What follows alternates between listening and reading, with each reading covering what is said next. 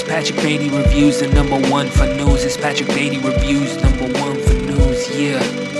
Tune in, get up. Yeah, what's up? Keep the change, you filthy animal. Papa.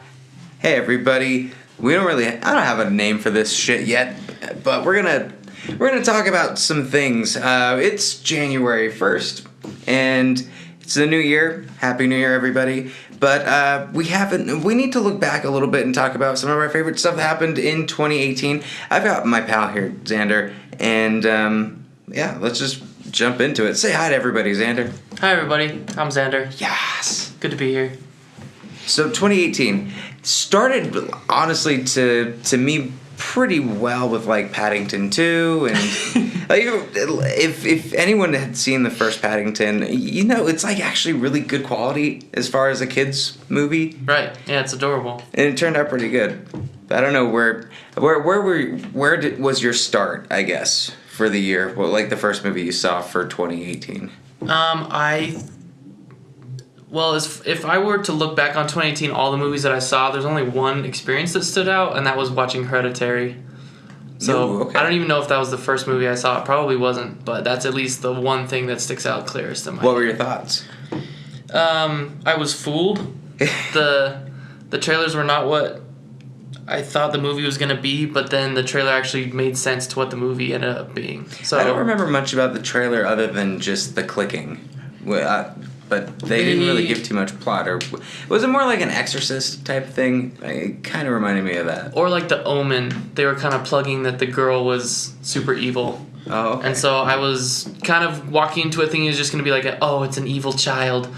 But then it kind of ended up being way cooler than that.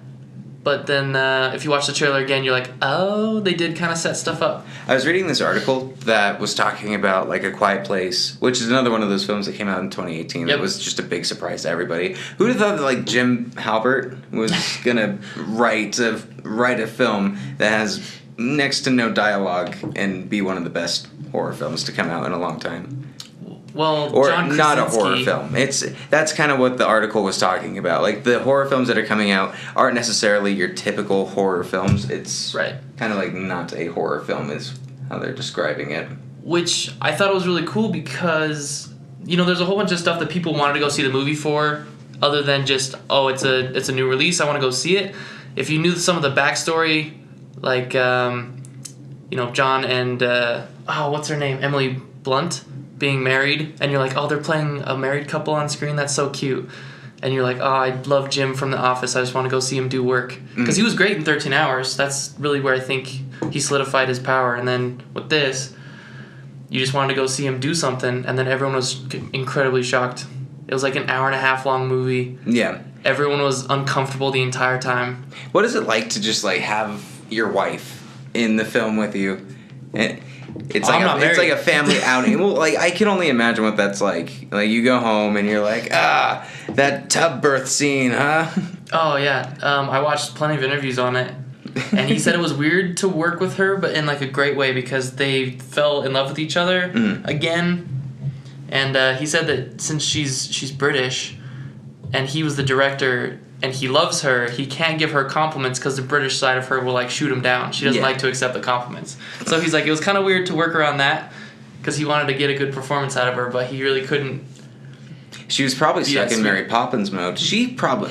Who would you say had like the MVP year all? Like, because I was thinking Josh Brolin in a lot of ways because he just has had so much stuff with Sicario and Thanos and Deadpool 2. Yep. But Emily Blunt kind of had a lot of stuff too this year too. Yeah, I like that both of them did take lead roles in stuff, but I don't feel like I just kept seeing them over and over again. It was more like there they are, oh sweet. It was kind of a cool thing. It wasn't like they were pushing to get them back in the spotlight. I just kept finding stuff that was good that also had them in it. And I was like, hey, would you look at that? Also, Michael Pena. I love Michael Pena doing more stuff. Oh yeah, he's actually going to be in one of the new films that are coming out in 2019.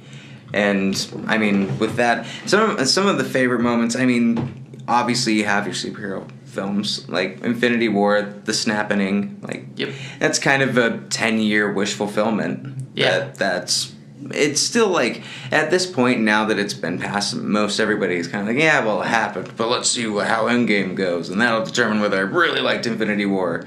Because they're that's true, intertwined, though. but really, for them to come out of the gate and, like, start off this well with something that had a lot to live up to. Yes, and I would say everyone's been drawing this comparison, but it really does kind of fit in a lot of ways where the Star Wars reboots have kind of shown us what it can be like to go deep into a fan base, especially reaching out into canon. Mm-hmm. And then what also happens when you're trying to set up the final conclusion. Like with Force Awakens and then leading into The Last Jedi, everyone was excited for The Last Jedi because like, oh, it's only up from here, and then a lot of complaints.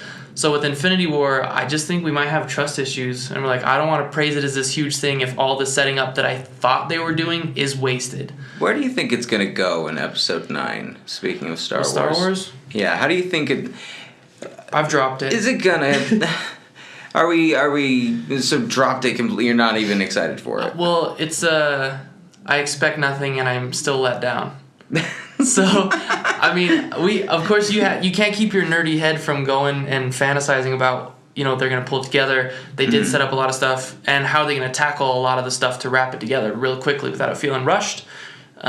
Fix the issues of, I don't know, maybe Carrie Fisher. That's exactly. Like a huge that's one of the issue. bigger ones. And just the storylines that, I don't know, do you think they're going to bring back some storylines from Force Awakens that just weren't really addressed in Last Jedi? Like, I'm seeing a lot like of Rey's Knights of parents that got kind of thrown away. They referenced Rey's parents, but they never really strictly came out and said it. They've done a whole lot of like, she was looking more at the reflection. Maskanata stuff, a little bit more of like just maybe even bring back Phasma and have something good. Or is that too late? I think we might have lost it there too.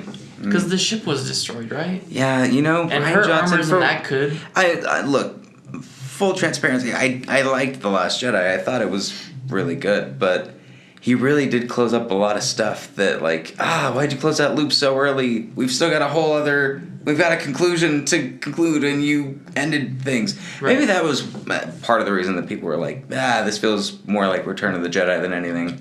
But I don't think the writer, the guy that's behind it all, JJ helps with all the production and stuff, and his quality does shine through. But the writer is really, really cool, and I think he actually does a lot of good for the project. There's just some things, the Star Wars fans have always been really brutal, me included, just bad-mouthing every little thing that we can find.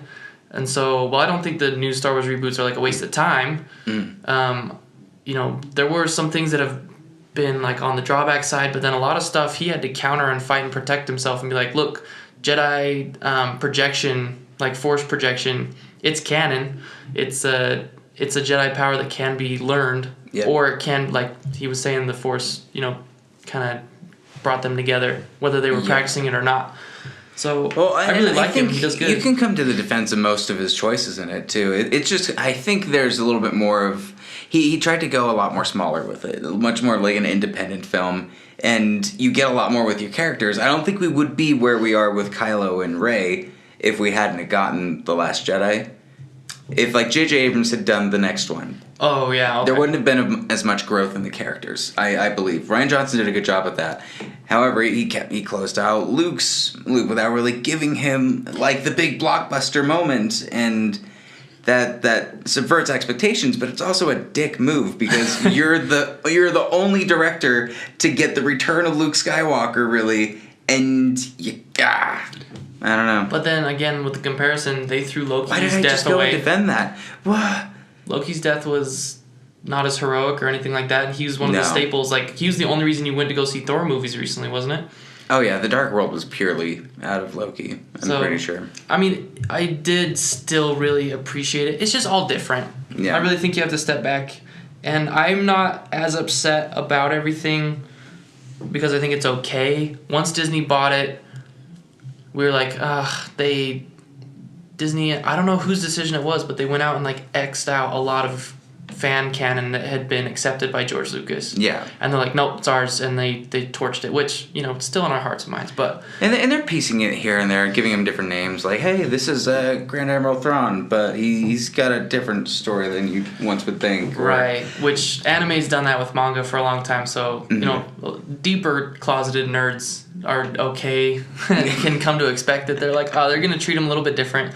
And Marvel's done that too, where it's like, yeah, we gave you the Captain America, like, more classic suit look, and you guys all ridiculed him for it, so we upgraded him a little bit. So yeah. I'm okay with them taking spins and kind of doing their own thing, but that's we're already in 2019. We might as well segue in. My best and worst you can find on Instagram, and do you have something they could follow where you could put a top 10 up? No, because I just made my top 10 today. Ooh. A lot of the movies that I really loved from this year came out in 2017. So I think I'd love to hear it still. Let's go. Okay, so I'll kind of go in no order, and then I'll just kind of dub my favorite from this year. Sure. I really enjoyed 8th Grade, Bo Burnham's directorial debut, I believe it was, just because it felt uncomfortable and pure, just like his comedy. Like, a lot of him shone through, and a lot of people were afraid what it was going to be. It's so weird to be like, I love the movie because it's uncomfortable. Yes. But it's absolutely true. The way they filmed it felt real, and that's what gave it so much uncomfortableness. Like the Truth or Dare scene in the cars. Yes. Don't even bring that up. I hated it. That made everyone that's ever been human at all just crawl in their skin. They're like, please, I need this to be over with. And so many people were like, oh, that's so true. And who else would make a scene like that and not try and lean it, one way or another? Yeah. It was like just a steady pace the whole time, and you couldn't get out of it. Yeah. So I think Bo did a really good job, because he throws stuff in your face all the time, which makes you uncomfortable. It just feels like such a pure reflection of what it's like. Like, it just, even for me, like, it's very different. We didn't have Instagram going up, and then it's so crazy that you're talking like your childhood, like seeing new people's childhoods, like what it's like. Yeah, because we're experiencing kind of what the new age is like in 8th grade, right? Yes. And it's like people growing up in social media and how that's affecting them, and how isolationism and wanting to reach out also kind of just makes you even more isolated in a sense, like what we're doing right now on the show. Yeah, and Bo's a loner. Mm-hmm. And he started on YouTube in high school. Yeah, he started on YouTube, but he's older than we are, or I am at least. I think he's like 23 or 24. But fantastic first movie. That's what makes me like give up on wanting to do anything in my life, because it's like these people come out and they're like, I'm a stand-up comic, but here's an Oscar-winning movie. What? But he's been making music videos and skits and shorts, and he's been doing appearances and cameos for a long time. So it's not like. But I don't think that equals. I can perfectly translate what the life of a 13-year-old girl is like. Okay, that's true. That's what I'm just shocked with. Like. But he has the obsessive ability, like, to focus and do everything that he does well, and then refine it on top of that. So I trusted him with it, and he actually got the performers to give a really solid and realistic performance, which made us all feel a lot weirder than just like watching a High School Musical, where you're like, none of you guys are in high school. The fact that he went from middle school and was able to get 11-year-old actors that really, really did a good job, that was incredible. Like, good pick. I'm cool with it though, because the new generation of young actors are really killing it. Mm-hmm. The Stranger Things cast gets thrown out a lot, but I don't know, just smaller stuff with young kids is, for your first time, it sounds like a nightmare. But he did it. What else you have? Just real quick, I remember in that Truth or Dare scene in the car, I was trying to distract myself because it was so awkward. I was like, think of something else. I went back to Superbad, where McLovin, the actor that plays McLovin, he was a minor. Yeah. So during all of his scenes, he had to have a guardian there. So like his mom or dad, or like a legal guardian or something like that. Or that's at least what the internet tells me. And I like to think about it. So like all of his sex scenes, someone, like a guardian had to be there watching him film that. And I was like, oh, it's so disgusting and awkward. So I imagine, I can't remember her name. It probably just made the performance so much more real. But right, yeah, the actress in 8th grade, I just imagine like her mom or dad, because she's so young and she was new to the scene. I imagine them being there and like watching her have to act through that. and them feeling way worse than any of the audience members. Well, as a director, and even being like, because I worry about kids in horror films a lot with like some of the stuff that they have to see, and like they've got to be so freaking scared. And you know, like some movies, like the directors are kind of setting it up to make it realistically scary for the kids to think it's real too. And like Cujo, where they like did some terrible things. Actually, Poltergeist. Yeah, Poltergeist. The little girl in the first Saw movie. Mm-hmm. If you watched her part alone, is amazing because like her mom is like gonna get shot in the head, and it's Ben from Lost as the creepy, gross bad guy that's gonna shoot him, and she's crying and just bawling, and I was like, that's real. They kidnapped this little girl. That's not acting. Yeah, little things like that really get to me. I'm like, God, you're so talented. Yeah. Oh yeah, but 8th grade, great. I bought it. I never buy movies. Other ones, pretty quickly. Incredibles 2, just because they did a great job. And I feel like they moved on with new issues like to address, but not slapping you in the face with it, like the viewpoint where it's Mrs. Incredible has to carry it now. Yeah, and Mr. Incredible. I hate going to a movie where it's like, yes, it's this and that political climate, and they just keep slapping you in the face with rhetoric and like their viewpoints, but when you're able to be like, oh, check this out, this is more what I felt from it, and you're like, oh, cool, awesome. If you can pull it away, then they did a good job. It's how you weave it into the story. Like, if you're just slapping it right on top, it's not going to work, but you got to sew it into what you're looking at. And if you're like doing it genuinely, and you're like, okay, it's progressive storytelling, but it's not trying to push the boundaries and hit you with it, then awesome. So they also doubled down on the comedy. Me and my roommate were afraid. 2018 movies, by the way. Sorry, what? So far, you've been naming only 2018 movies. Oh no, I had to go and I really did my homework. So I was like, "Call Me by Your Name." Yeah. Came out in 2017. Stupid. Hey, but he's in a lot of movies this year too. Timothy Chalamet. Yeah. Yeah, he's been breaking out. I'm okay with that. Who's the other kid that's in all of the? Lucas Hedges. Lucas Hedges. Yeah, both of them like, are kind of 3 billboards and a couple other weird things here and there. Ben is Back is the one in theaters right now that he's in with Julia Roberts. Hey, nice.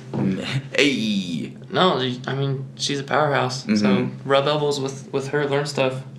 Yeah, Timothy Chalamet, I can't believe I forgot when we were talking about people that have come up recently. He's been the one. But I don't want him to get typecast, and I feel like that's already happened as like the sad emo kid. Yeah. And which is fine, like he pulls it off and he kills it, but he's going to a comedy role. Put him in a comedy real quick. Oh, well. Because he's got to show his funny side too, or else he'll keep getting typecast in. Right.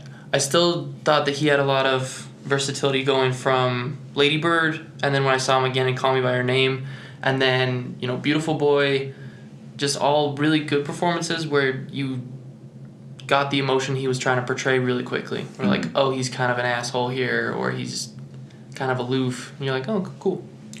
He does good work. But Quiet Place, easy pick. I think everyone enjoyed Quiet Place, no matter what kind of movie you're looking to get. By far, everyone's top 5. I would say this year in their top 5 for top 10. Which is what I want to see the future of horror be, where we've gotten all the remakes. Everyone hates the remakes and the reboots of all the horror franchises. It's fine. Like, reel back a little bit, go into the books. Stephen King has so many books that people have been riffing off of. And he made his own TV series about it and all that stuff. So with A Quiet Place and Bird Box coming out, you're like, okay, I start to see the next wave of like, the Paranormal Activity, where it's going to be a whole bunch of that. But if it's like auditory horror, where it's more sense-based, I'm here for it. There's a few that are coming out. Like It Chapter 2 is coming out in 2019. What else do we have? The Curse of La Llorona is... I don't remember who's actually doing this one.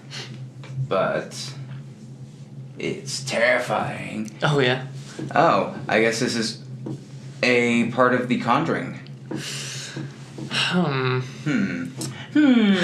Nun was garbage. Oh. The Nun was Everyone trash. hates The Nun. I didn't see it. I don't see horror movies. It just Which was I'm like a huge fan of horror garbage. movies, though. Yeah, kind of the worst. That's why I'm so pumped up and excited, because I'm like, oh, Quiet Place, and then my number one, they were like really bringing it back. Like Sinister, I loved when Sinister came out. Ooh, Ethan Hawke was great in that one. Yeah, and I'm not a huge Ethan Hawke fan, which I really didn't hate myself for watching Sinister and liking it. And I watched the second one, even though it was like a cheap sequel. I thought it was awesome. But yeah, Quiet Place, doing great things. The Ballad of Buster Scruggs. Yes. By the Coen brothers. I've been hearing great things about that. Came out in November. I didn't hear any buzz about it. I didn't hear it was released. I didn't hear anyone anywhere talk about it. Mm-hmm. Roommate pulls it up on Netflix. He's like, oh, this is the new Coen brothers movie. Do you want to watch it? Yeah, sure.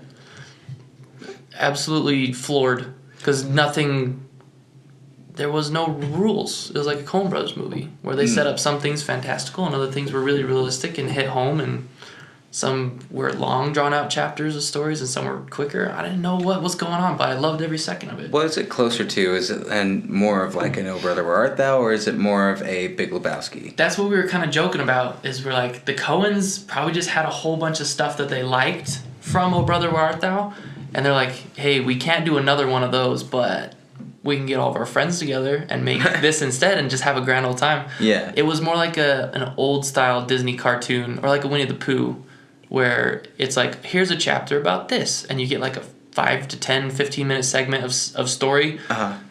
Entertaining. You don't get much backstory or anything like that. You just kind of get thrown in, and then they move on to the next one. So Buster Scruggs is introduced first, and you fell in love with his character real quick, and then you're on to the next one. And then you start to like the other two characters that you meet or something like that. Just it kept going forward, and we're like, sounds fucking dope. I'd watch that shit. Yeah. That's where the James Franco meme came from, where he's got a noose around his neck and he's like, first time? Oh, okay. I was like, I think I've seen that. There's your plug to go see that. Netflix originals are just spotty to me. Like, oh, totally. Like, Coen Brothers are not. I'm gonna check that one out though. You gotta give them something. Hail Caesar though, the last one I saw, I think is the one that kind of gave me a little bit of trepidation for this one. But hey, it's Hollywood. Either you're but, you know, flop or a hit. And that's we're glad that they've been as solid as they have been. Mm-hmm. So, Ballad of Buster Scruggs, if you're like just having an easy night in drinking or whatever, not like party drinking, but, you know, just drinking. It's a good time. You might cry. You'll laugh a little bit. And then other fave, or last two, Infinity War, just duh. Like, fan service, the movie, but also you weren't feeling slapped in the face with fan service. Like, they did a really good job juggling all of that stuff. So, not going to talk too much about it just because it's so easy to talk about it, but... And, well, nobody talks about it on the internet. I've never heard one person talk about No, and Infinity it's weird War. how, it was like, a really low-budget film. No one's reading into it like they should.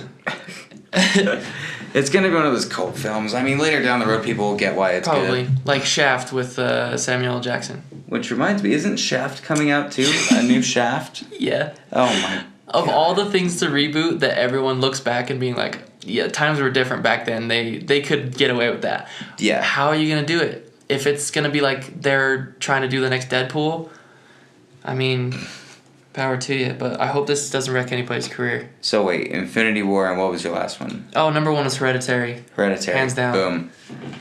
Because I had no clue what was going on. I love horror. I never get scared. And I left the theater very uneasy and nervous at 11 a.m. in the morning. Well, it's a.m., it's in the morning. But, like, in broad daylight, I was still like, oh, dude, that feeling. That's a good top 10. You got a lot of good picks there.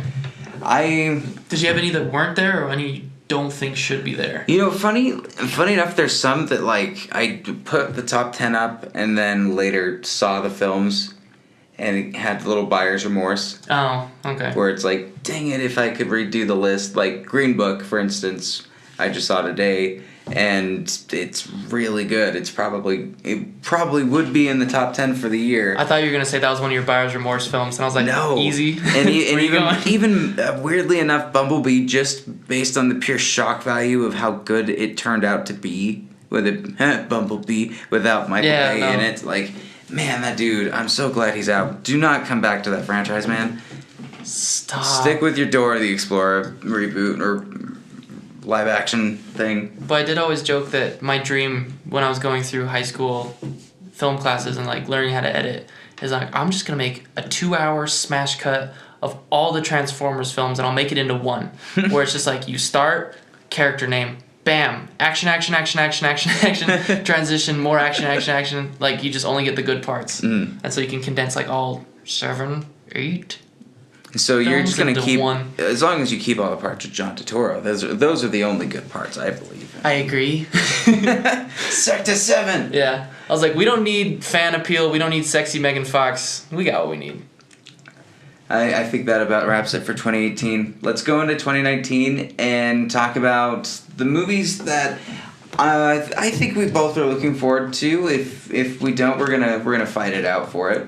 The new one, the January 18th, Glass. If you've seen Unbreakable and Split, you know this is the conclusion. But is it a conclusion or is it? Who has seen both of those? Unless you're an M. Night Shyamalan fan, the fact that he reached back to Unbroken and tying it together with Split when you didn't ever feel like he was gonna throw back.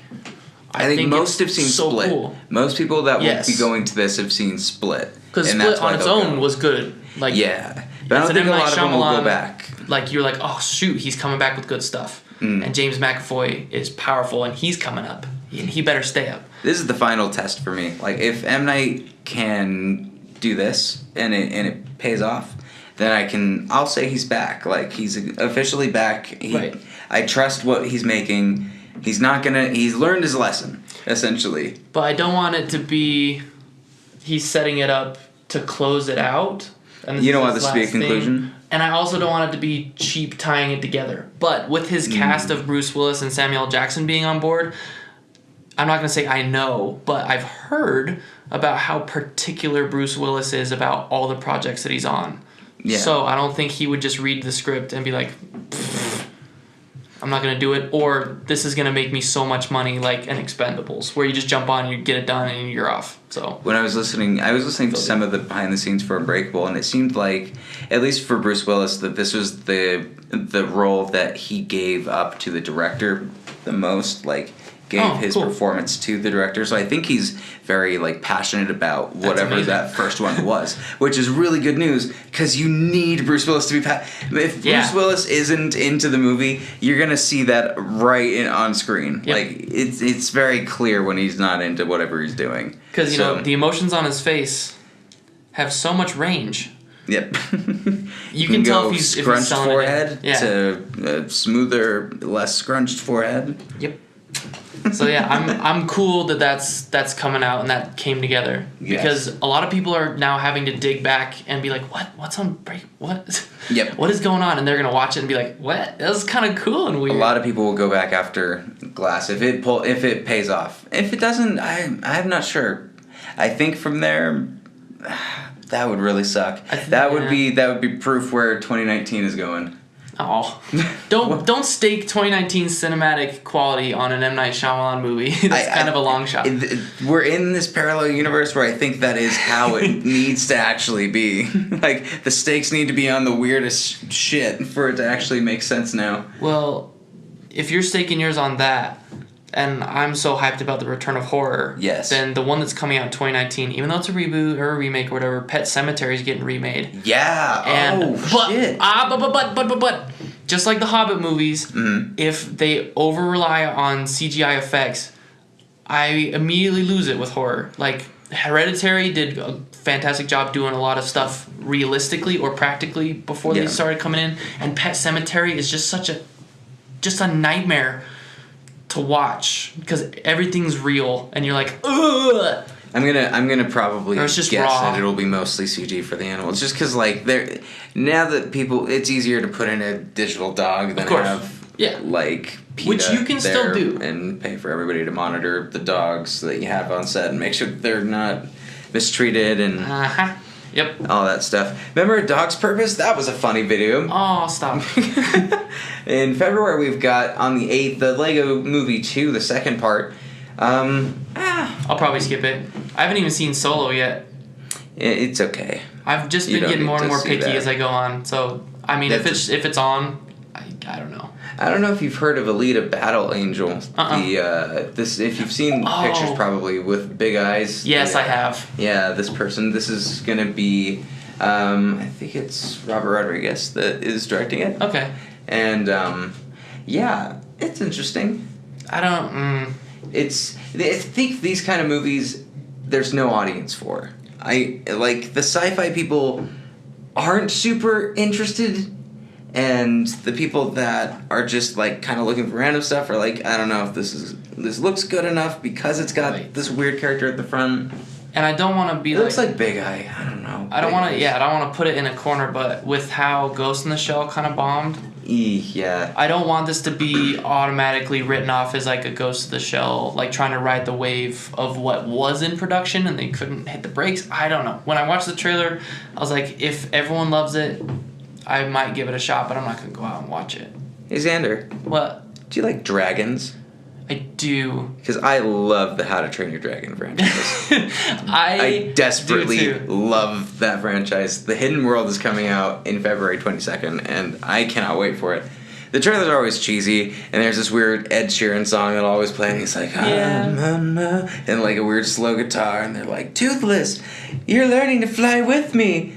But when you watch the movie, it's actually pretty adult. It's got a lot of serious themes and a good story, at least for the past two. And if it's like the book, which I've heard it's got a really good conclusion, Good.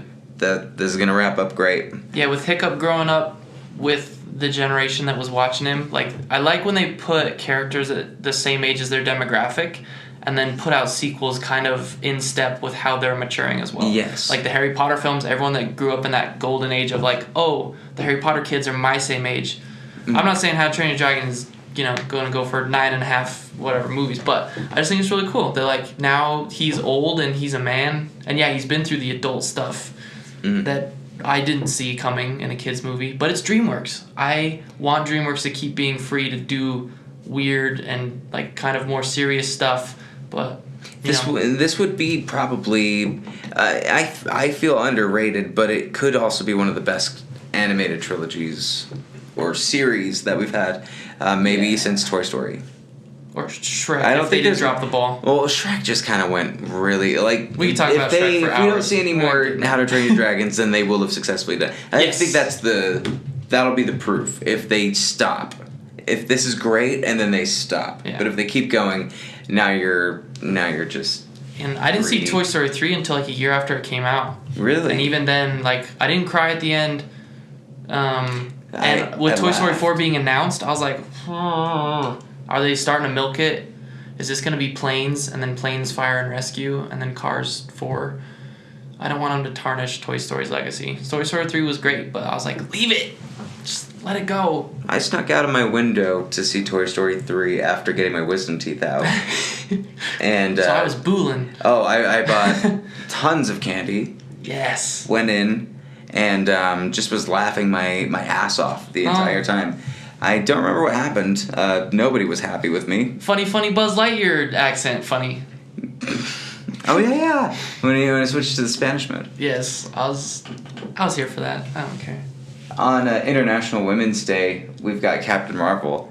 Did they plan it? Oh, I don't know. Yes, they did. That's absolutely how they planned it. She punches a baby. Yeah, and an old lady. I'm going to that movie. She's just punching anything that she thinks could be a Kree. Yeah. Like, first 20 minutes is just her going through the subway. Sweet. Yeah. I love profiling. It's the 90s. For aliens, yeah. Oh, that's true. Yeah, they already got themselves out of that they're getting away with a lot already. Yes. And we got a two-eyed Nick Fury. Yeah, finally. A little overweight. He's a little pudgy. But you just said about Samuel Jackson. I'm looking forward to it. Like, it's probably one of the movies that's kind of where Doctor Strange was. As far as level of anticipation. The main reason I'm excited is because how does she tie in, of course, to Infinity War? Right. I don't know the characters. I can't really say I'm so stoked for it because they don't have that mantle of this is the first female super. Wonder Woman already took that. But they have to nail this one. They do. If they want because Endgame to work, yes. they have to make this character likable, or they have to set him up in a way where it's like, okay, there's a chance, or there's our hope. Yep. Because as of right now, with the note that we got left off of, it was there's no hope except for this. So if Captain Marvel falls through, that could hinder Endgame's reception. Not saying that their product's going to be bad, but just the attitude going into it really depends on how this does. Oh yeah, because if she shows up and everyone goes, oh, you know. Right. If she's cringy or fake or just overpowered, then you're like, way dig yourself out of that one. But I don't know. They watched Wonder Woman come and go, and I don't know. I think that's so cool that Marvel kind of has someone to kind of look to and be like, hey, thanks for trying that out for us. We'll know to avoid that. Well, we're way past the time that we thought we were gonna go to. So I we guess can wrap we're it gonna up. There's a just keep wrapping couple through. other titles that We need to talk be about brought up. Us. We need to talk about Star Wars. You know what? It's still going. You know, I don't You're care. missing some big ones though. Us. Jordan Peele's movie. Yeah. Yeah. Doesn't matter. We'll see it. I don't What even ones need to were read you- anything about it. I what don't one want were to you know. missing? John Wick 3. Oh, that's coming. I don't know if that's later in the year. I thought it was more at the beginning. Oh, But I'm getting there. I want it to be I'm getting closer. there. Is it really? Yep, we got. So after, let's see. After Us, we've got Dumbo, the Tim Burton. Nope. Dumbo. Uh-uh. I'm only in it because I really want to see Michael Keaton and Danny DeVito in the movie again. and I really love Danny DeVito in the trailer. Just like the only shot of him is just going. Like, Yeah. he sounds like the penguin. The fact that they got Tim Burton to do it is going to draw everybody. I'm still mad at all the reboots. Now it was like the live action reboots. And now it's the CGI live action reboots of the same stuff. He couldn't have picked a better older Disney character to use though. Well, of course, but Older, he's gonna retired, take super it. depressing character, older, depressing, super worn out director. I think it's a good mesh for this to actually maybe pull off. And a lot of my generation has nightmares and fear of clowns from Dumbo. Ooh, do you see them pulling off that trippy scene? The pink. Why wouldn't he go for that? I I'm think not he saying that he should. has to go for the acid trip part of it, but that's part of the story, right? Get his close. trauma, so I don't know. They'll still watch it just because it has Tim Burton's name on it, and so will I. Don't get mad. But It turns out Pet Sematary has competition on the weekend that it's released because Shazam! Oh yeah, is coming out. competition. Well, I was into the trailer. It looks, Okay, it looks all right. fun. Hellboy does not look fun, and that was the trailer that tried to make me think it was fun. Yeah, He looks so much. He looks like he's in so much pain through those prosthetics. Have you seen? You've seen what he looks like? Right? Yeah. It's just he. I don't want to jump on the hate train, but with Just- everyone being like, yes, Ron Perlman, He's just get me out of this thing. which is It's just Ron Perlman. You know why he worked? Because he kind of just looks like Hellboy Yeah. without the makeup anyway. But you could tell they had to do so much with under his eyes, with his jawbone, and that's a lot for him. But I think that is actually they did a great Yeah. job making him look good. And that's what Hellboy's been about. Is if they came out with an all CGI Hellboy, no one would Oh go no, see of course. It, so. I just think it's it's kind of like Gary Oldman in Darkest Hour, where it's like you're you're in a Yep. fat suit. Yeah, you're like, nice and, try. and no way to tell me that you're not, because you are. But no disrespect to Gary Oldman, but we got Vice coming up as well. Have you? It's out now, actually. Is it? See, that's how out of tune I am. I didn't even know it was out. Never mind. That's 2019. Outside of 2019, it doesn't count. But what will play a huge part, of course, Avengers 4, and we've already talked about it. May okay. Do Detective you want to talk Pikachu? about No. Avengers 4? We No, can- I don't want to. Because I was gonna get Detective Pikachu and then John Wick 3, because Detective Pikachu looks so obnoxiously good, in a way where I'm gonna be frustrated of liking it, but I'm gonna be like, but I really like this. But if you It's really enjoyed fun. Christopher Robin or Paddington or any of those things, I hope that they take Detective Pikachu, and it's funny because there's Ryan Reynolds in it. It's got the adult humor, but you could show it to your kids because Pokemon Go came out. There's the resurgence in the fan base, but I don't know what they're gonna do with it. I'm cool with it. I'm still excited because why not? Just do it. Where do you go for Ryan Reynolds after a career where like you're Green Lantern, then you're Deadpool, then you're Pikachu? Well, after Where do he you was able... where's up from there? Like he's already up there. I think now... Santa. If he can recover from the Blade movies and Green Lantern, I don't think you can keep him down. Oh, and also, he had one other one that I forget even because I don't think about it. But either way, the fact that he fought to get Deadpool and it was such a, all right, fine, do it. If it fails, it's on you. And he's like, yes, awesome, cool. Yeah. And he nailed it. Now he has all the power in this way. If he does Detective Pikachu and they motion capture his face and they take his voice and it's awesome, like, he can do anything. Because everyone loves his voice. Everyone loves his comedy. Now everyone loves his action, too. And it's not corny like Blade. I think he's on the up and up again, which is weird to say that Ryan Reynolds has been on the up and up. Yep. Because he was down for a bit, and he was just kind of like this sex symbol. But speaking of sex symbol, John Wick, Chapter 3. Yeah.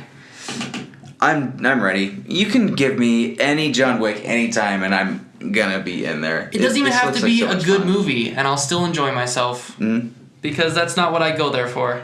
John Wick is just you can always rewatch it, like, and it's gonna be Right. the one where later in future generations, whatever TBS is or TNT in You'll their see it on- world, it'll be there, and they'll always be playing it like this is a classic. And Yeah. 50 years from now, it'll be like Escape from New York is. yes, it will be really close to that. Where yeah. you're just like, oh, sweet, dude, John Wick is on. And they're like, which one is it? Doesn't matter. Shut up. Yeah, exactly. Where you're like, it's ridiculous. It's the Keanu Reeves John Wick. Yeah, Because it's over there the will top, be but different. it's respectable. This is American James Bond, in a way. Oh, don't even. In a way, It's way better than I know James Mission Bond. Impossible kind of took that, but it's I'm not a James Bond fanboy. fine. I'm a Bourne fanboy. I draw comparisons to too many things. But I just like that John Wick is over the top without it being stupid. And it's... Even though we've got American action, like Jackie Chan is like, American action is cut, cut, cut, and then, you can fill in because the actors don't know how to fight. Yeah. It's just way different to watch a John Wick movie because they actually do know how to fight, and Keanu knows how to shoot. So the fact that Keanu probably could kill all those people that quickly, it's a lot better to watch. It's easier on the eyes.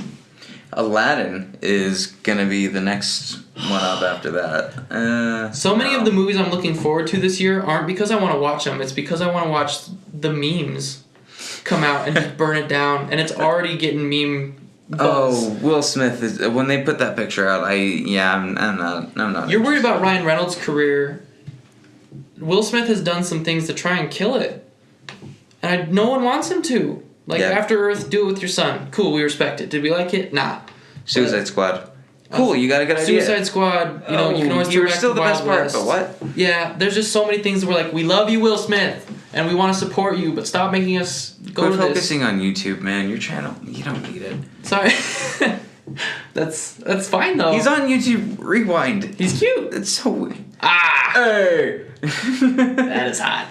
Godzilla King of the Monsters is one I'm really looking forward to. Oh, yeah, you got me excited for that. I didn't even know there was anything about it, but I would go see it. I didn't watch the last Godzilla. Looks I like a watched pretty King good Kong. rumble. King Kong is just kind of hanging out in the background, lifting weights, just getting ready. Shooting up some testosterone and whatnot. Then after that, Elton John, Matthew Vaughn directed Rocket Man with Taron Egerton in the role. I want it to be really good. I I don't think it will, good. though, because we all are coming off the high from Bohemian Rhapsody. It'll be if people can accept Taron Egerton actually doing the same. Exactly, that's the other part. It's hard to nail Elton John, which he could probably do, but Well, Elton John wouldn't really say that it would be hard to nail him, but that's Elton John talking. he's for a Elton John. married man. Well, I think he would be spunky like that. I'm saying, utmost respect for Elton John. You're a god. Isn't he coming to Utah? Well, I think he's on his farewell tour. Goodbye Yellow Brick Road, I believe it is, Oh, okay. or farewell to it, or whatever. Speaking of farewells, you're giving me great segues. Dark Phoenix is the last part of the X-Men before they go over to the rightful hands of Marvel proper. Aw, true. Maybe this is the equivalent of the fart at the end of when a corpse has just died and everything has been picked apart The and now bowel there's release. just a little bit of gas there. Right, but the corpse still feels relieved after that. So That's everyone what can be like, this why do they keep showing Jennifer Lawrence? I kind of like that X-Men exists because everyone forgets about, when you're talking about bad superhero movies, it's always the Marvel and the DC, button heads, or it's, no one, I really think that everyone kind of forgets about the X-Men. They'll come and go real quick. They'll be like, oh, it was bad for this reason, and then you're moved on. Yeah. So, I mean, if it's bad, who are they really letting down? But if it's good, awesome, way to end. Cool. We'll see what they do. Dark Phoenix is one that I think that studio have been wanting to do for a really long time. They keep trying and it keeps failing. So they have the talent and they have the material down and they have the process. So get it done. Make it happen. We got your Shaft. My Shaft. Thank you. Hello. So it'll be very underwhelming. Men in Black International is the movie title. And doesn't it just kind of look like somebody watched Thor Ragnarok and was like, get them in here! And then they were like, you two, do the same thing but wear suits. Yeah, but you've got your Oceans remake, you've got your Ghostbusters remake, you've got this remake, you've got just all the... They're just riding the wave, and I'm tired. Yeah, Toy Story 4 is a continuation of the conclusion of the trilogy. The continuation of the conclusion sums up a lot of how the story... It's weird, has been going. And I hope that they... All the reboots. I don't know, they're not going to address it. It's going to be weird as shit. Spider-Man Far From Home. Stoked. I've not seen anything about it. Jake Gyllenhaal is Mysterio, but no trailers yet. They were supposed to release something soon. And Gyllenhaal's my man crush. Yeah. And they're going to cover his face with the Mysterio. He's every man. Yeah, no, they're not. I think they're gonna do the same thing that they've been doing with like Downey. Or I was like, as Venom, it's gonna digitally retract and come out whenever he has a speaking line. Right. Yeah, the mist will clear and then exactly come forward ominously. The Lion King. It's just the exact same thing. No, but it's different because years ago when it first got announced, you're like, oh, Donald Glover's in it. Cool, like awesome. He had Solo lined up and he had this lined up, and they announced all the other day of James Earl Jones coming back, and they said live action Lion King, and I was like, okay, is it gonna be like the Broadway production where I get to see them all as humans? No, it's CGI, but the voices are in it. But we're doing the exact same thing. And we're not changing anything about it. That means we all have to go through photorealistic Mufasa, Simba. I don't know. I think is that a spoiler? Jon Favreau does a good job of like taking something and spinning it. Like Jungle Book is only good because of his interpretation. So I was kind of interested to see what his spin could be, and it very well could still be something. It just seems like they're gonna kind of play it as close to the original as possible, which wouldn't be a bad thing, but also redundant. Good luck. Bless you. You have the talent. It's there. Just don't drop the ball. Dropping the ball. Once Upon a Time in Hollywood in July 26th. This is the Quentin Tarantino film, and let's see. I'm actually really excited for it, and I think that it's got a star-studded cast. Like everybody in it is fantastic performers. That's how Tarantino's casts are always like just stacked and riddled with talent. So it's like, oh, you found Christoph Waltz and you broke him into the American scene and now he's destroying. Cool, man. It's not fair. New Mutants. So that's good. not gonna come out. Yeah, that'll get canceled. That's not real. What? Get that release date out of here. That's not till Dora the Explorer is coming out that same day, and it's going to destroy New Mutants. As Hobbs and Shaw. Wow. Hobbits and coleslaw. Just when you thought that a demographic couldn't get divided. There would be a real weird bunch of people there. They're going to be real upset that they have to decide whether to go to Dora or this. Yep, they'll have all the edgy nerds there, or they'll have all the children in their way to go buy the tickets. I'm looking forward to Hobbs and Shaw. I want to see what pissed Vin Diesel off so much. Well, you're going to have to wait till August. I don't like talking about movies that are in the future because, the internet already has the buzz and the hype, and I'm bad at waiting. But we're in the internet now, so we are the buzz and the hype. That's true. But I just get so worked up. We're closing it. Artemis Fowl. I read the books. I tried to do the messages at the bottom, but I had ADD, so I didn't focus too much. Yeah, but you got Aragon and Lightning Thief. What was the other story reboot that they did? Maze Runner. Where they did good with Maze Runner, I felt. But if you're taking on my childhood books that I liked then, and you're trying to draw me in with my money, you might get it, but don't hurt me. Stop. I always mispronounce this. Guillermo del Toro. Guillermo del Toro. You got it. Scary Stories to Tell in the Dark. I love these books. I read them every Halloween because they are truly terrifying. If he can keep the imagery just like it, then this is the scariest thing. But I don't want him to do like the Ghost or the Goosebumps movie where they just mash them all into one long thing. I want him to do a Buster Scruggs where he does them like chapter by chapter, and there's Guillermo del Toro like kind of tied in short stories. Yes. Where he can tackle all the different scenarios and things that happened. It needs to be. Yeah. I'm not telling Guillermo how to do his job, but I'm just saying I would be here for it. If he were, he'd be like, I got you. Don't worry about it. Okay. Let's go. I got you. Yeah, we're like, I know you'll do a good job. Mama was weird. Still kind of dug it. It's okay. Do your thing. After that, we got It Chapter 2. Downton Abbey's gonna have one. Woo-hoo. I'm gonna go that with my family. There we go. For sure. That's all. September doesn't have a really stacked deck as far as movies. And with It Chapter 2, you know, they're going to have all the grown-ups, right? So it's not going to be Finn Wolfhard again and that clan of And they're keeping it the same adorable spot people. where it was when it was first released, because it made tons of money in September. Which I actually kind of felt was deserved. I like it was worth the hype. It had its drawbacks, but I still really liked it. And now we've got probably my most curious, not most anticipated. Yes. Okay. The Joker film with Joaquin Phoenix. We're keeping it within arm's reach, and we're kind of cuddling that movie, but we don't want to get our hearts broken because we went through Jared Leto already. But we have trust in Joaquin Phoenix. The movie is like that person that you've gone on a date with that has exhibited some crazy behavior, and you're like, we're gonna hang out again, but I don't know. That's usually what people say to me. Well, what are you trying to say? I just I'm worried about it mainly because of the director. This is the director of the Hangover movies. That's weird that you're doing a Joker movie, but I trust Joaquin Phoenix, and I like that he's legit crazy in real life, and I'm excited to see that translate into the movie. If he puts the passion into this role that he did for The Master, then he'll nail it regardless of what the script is. And Master's fantastic too. And I'm glad that you brought that I was up. scared of him in The Master, so if he has Joker paint and that motivation behind it, yeah, and I'm like, drooling, sorry. You just didn't know what he was doing, like, ever. If he was just kind of doing this, Which was cool. You'd always be like, Yeah. nobody can see me. What His tics don't seem fake. And Jared Leto's did.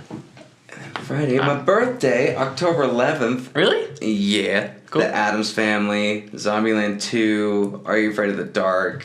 You're just gonna spend all day at the theater. That sounds like a pretty good time. Can you pull up the list for Addams Family? Because this is ones that I'm This is I'm an worried animated about. version, I believe. Is it really? Oscar Isaac is gonna be Okay. the main person, I believe. Oh, it is animated. All right. Well, then I think I'll enjoy Nick it. Kroll, Charlize Theron. There were Yeah. like two other people in that lineup though I was excited to see. I was really worried about it because I just only saw the name. Yeah. I was like, don't you try and do a live action reboot.